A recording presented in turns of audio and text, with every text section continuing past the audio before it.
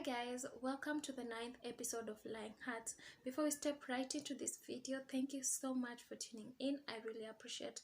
Please make sure you subscribe to this channel if you haven't. And without further ado, let's dive into this video. Letty narrowly escapes a sexual assault by Rogelio with luck on her side.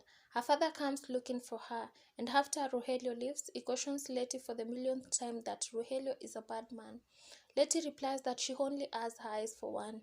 Her father knows Santi will never be for her. Letty says we'll see. Nosy Rafi tries to get information out of Renata by offering to help her unpack. Things go quite pleasantly. Rafi learns that it was Francisco that asked Ren to look up her Tio Damian. Ren in turn learns Al and Santiago aren't Rafi's own biological kids, and she's Dem's second wife. Santiago tries to convince his father that his idea is sound. As Scruffy, Dem rejects the idea and rebuffs his son for the millionth time. Dem forces Santi to have a double date with Flo and Ren to introduce Ren to the sights around Puebla, so she doesn't get bored.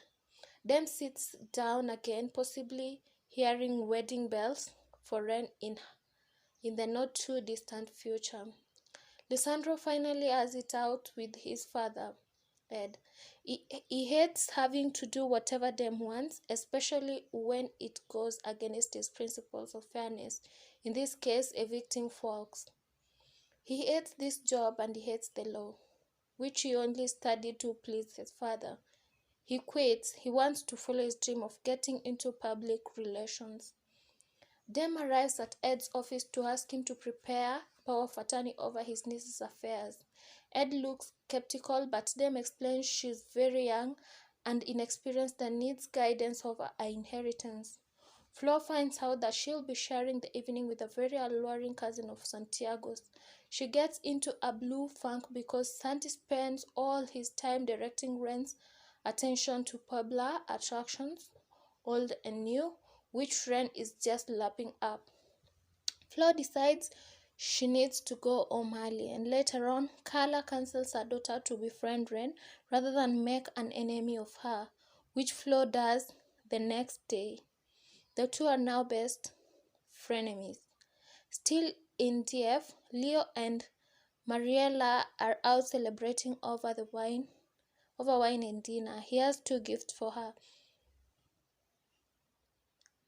Maria has other plans. She's going back to Puebla to make Don Manuel's dream of a clinic for the populace come true.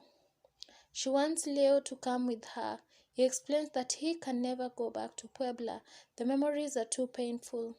Mary wonders if it has something to do with the woman he was accused of causing her death. If he won't come, she'll have to go alone. Sarah comes to the dinner table expecting to find the young lady of the house. So she's out with Santi. Well, that much is quite clear. Dem wants him to break up with Flo and trade her in for Renata, the very rich, drowning in money orphan. Something Rafi didn't know. That is unless Dem wants the girl for himself. Dem has had enough insults, chews Sarah out and leaves.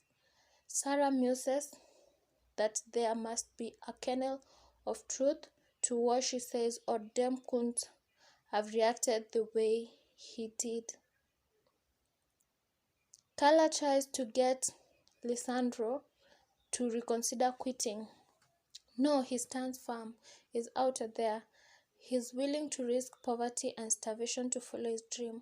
Carla tries again. It looks like Mama's words are working. Why doesn't he stay on in his office while he looks around for something else he'd like? Ren stops by to see Santi in his office to tell him how she and Flo are now BFFs. She finds him down in the dumps over another argument with his father. They go out for a break. Rafi has stopped by the church to pump Father Dan about Renata. He muses there must have been a reason why Dem never told her Ren was being invited. Maybe he didn't trust her. Rafi laughs. Dem never trusted anyone.